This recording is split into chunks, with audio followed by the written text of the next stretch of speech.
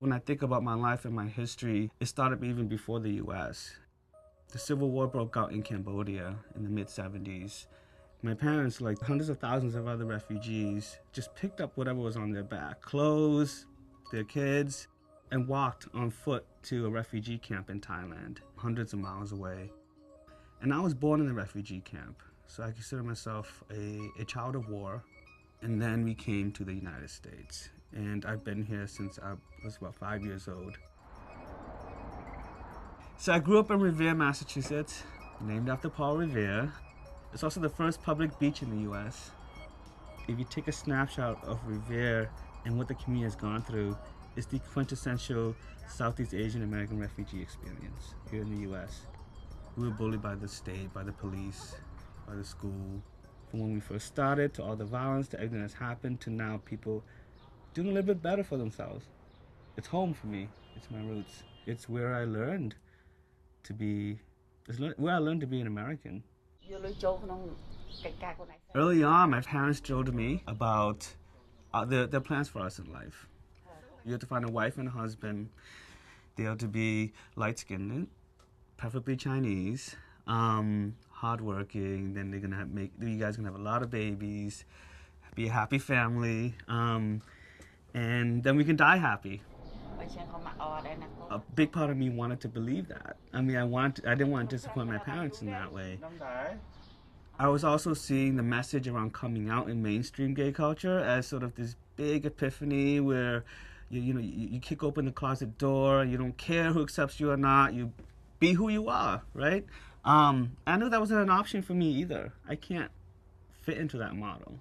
I don't have the luxury to not care about whether people care about my coming out or not. What I want to say next was that, Mom, I'm gay and I'm attracted to men, but I couldn't say it. I couldn't say it in English or in Khmer. I couldn't say it in English because she wouldn't understand. I couldn't say it in Khmer because there's no language. There's no words for it. So what I ended up saying was, Mom, I'm one of those people that likes people of my same gender. Really sort of roundabout way in saying that. And she said she understood. The first thing she said to me was, after that, was, don't ever, ever tell your dad. And then the second thing she said was, you are my son.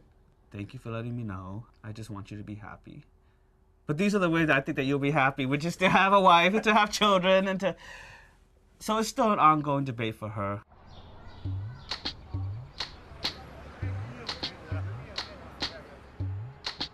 We're at MAP for Health.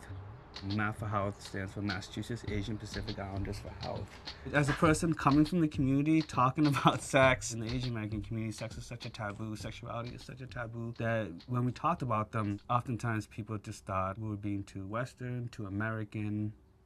AIDS is a gay thing. Before we even began talking about the virus itself or how it's affecting the community, we had to first start addressing and dealing with these sexual cultural barriers in the community. So most of the time, I think a lot of our work is in breaking down those barriers. The work that we do here, we have to appeal to the state, we have to appeal to other organizations to make the case for them to even care about the Asian community. Part of it's just that we also have to be fighting the model minority myth of Asians being well off, as Asians being okay, as Asians being healthy and strong and smart and rich, when that's really not the case. We do know that our young queer Asian men in the community are contracting the virus or other STIs, and that there's very little service dedicated to meeting their needs. Improving the health of our young people is an integral part of creating change and helping our community to be better.